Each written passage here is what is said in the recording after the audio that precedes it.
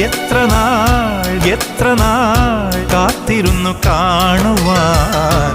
അത്രമേൽ ഇഷ്ടമാണീ മുഖം.